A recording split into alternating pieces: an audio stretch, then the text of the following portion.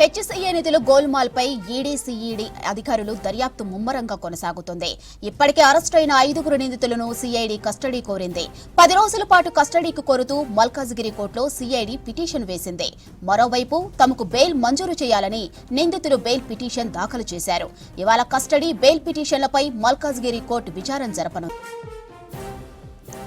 మరింత సమాచారం అనిల్ అందిస్తారు. అనిల్, హెచ్సీఏ నిధుల గోల్మాల్ కేసుపై ఈడీ సిఐడి దర్యాప్తు అప్డేట్స్. మాధురి, హెచ్సీఏ కేసులో ఈడీ మరియు సిఐడి కూడా దర్యాప్తు ముమ్మరం చేశాయి. ఇక ఈ రోజు ఇటు నిందితుల తరపున బెయిల్ పిటిషన్పై ఇక్కడ మల్కాజ్గిరి కోర్టు విచారణ అయితే చేయనుంది. ఎందుకంటే ఇటు బెయిల్ పిటిషన్కి సంబంధించి నిందితుల తరపున బెయిల్ పిటిషన్ వేశారు. ఇక మరోవైపు ఈ హెచ్సీఏకి సంబంధించినటువంటి ఈ అవకతవకలపై నిధుల గోల్మాల్కు సంబంధించి కూడా 10 రోజుల పాటు కస్టడీ కోరుతూ కూడా సిఐడి కూడా మల్కాజ్గిరి కోర్టులో పిటిషన్ వేసింది. సో ఈ రెండింటిపైన ఈరోజు అయితే మల్కాజ్గిరి కోర్టు విచారించనున్నది. ఇంకా ఇందులో ఈడీ కూడా ఎంటర్ అయింది. ఎందుకంటే హెచ్సీఏ అక్రమాలపై పూర్తిగా కూడా సిఐడి దర్యాప్తు చేసింది. అంటే మొదటి నుంచి కూడా మనకి ఈ ఏదైతే మొన్న ఐపీఎల్లో జరిగినటువంటి ఫ్రాంచైజీకి సంబంధించి ఎస్ఆర్హెచ్ ఫ్రాంచైజీని హెచ్సీఏ అధ్యక్షుడు జగన్మోహన్ రావు బెదిరించడం అనే ఒక వార్తలతో పూర్తిగా అటు ఒక రాష్ట్ర ప్రభుత్వం కూడా సీరియస్ ఒక ప్రతిష్టాత్మకమైనటువంటి ఉప్పల్ స్టేడియంలో ఇట్లాంటి ఘటనలు ఎందుకు జరుగుతున్నాయి, ఒక వ్యక్తి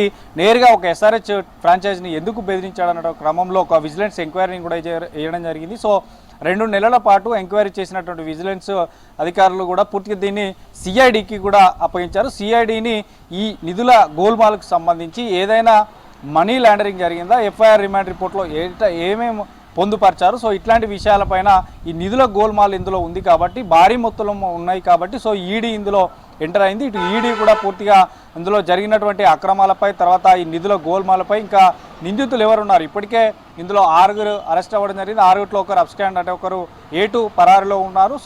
ఈ ఇప్పుడున్నటువంటి ఈ 5 కూడా ఇప్పటికే జైల్లో ఉన్నారు. వీరందరి తరఫున కూడా బెయిల్ పిటిషన్ వేశారు. ఈ బెయిల్ పిటిషన్లో ఈరోజు విచారించనున్నారు. ఇక ఈడీ కూడా ఇందులో, ఎందుకంటే ఈ హెచ్సీఏకి సంబంధించినటువంటి వ్యక్తులు చెప్పిన దానికి అక్కడ చేసిన డెవలప్మెంట్కి పొంతన లేకుండా పోయింది. ఇక మొన్న ఐపీఎల్కి కూడా ఎస్ఆర్హెచ్కి సంబంధించినటువంటి ఫ్రాంచైజీకి మేము దాదాపు ఒక అమౌంట్ చెప్తూ ఇన్ని లక్షలుగా డెవలప్ చేసామని చెప్తున్నారు. కానీ ఎస్ఆర్హెచ్ మాత్రం ఆ డెవలప్ అంతా కూడా మేమే చేసుకున్నాం, అక్కడ పనులు కూడా మేమే చేసుకున్నామని చెప్పింది. కాబట్టి ఇందులో మనీ లాండరింగ్ చాలా జరిగిందంటూ కూడా ఈడీ గుర్తించేటువంటి అవకాశం ఉంటుంది. కాబట్టి ఈడీ ఇంకా మరికొంతమంది సభ్యులను కూడా విచారించేటటువంటి అవకాశం ఉంటుంది. ఇక హెచ్సీఏ అధ్యక్షుడు జగన్మోహన్ రావు తన అనుచరులతో కానీ అక్కడ ఏదైతే ఒక ఫేక్ క్లబ్ను ఏర్పాటు చేసుకొని ఫేక్ డాక్యుమెంట్స్తో ఈ హెచ్సీఏ ఎన్నికల్లో పోటీ చేశాడు. ఇక తెలంగాణ క్రికెట్ అసోసియేషన్ సంబంధించినటువంటి కార్యదర్శి ఫిర్యాదు మేరకే ఈ కథ అంతా బయటపడిందనే చెప్పాలి. ఇక దీనికి సంబంధించి ఇప్పటికే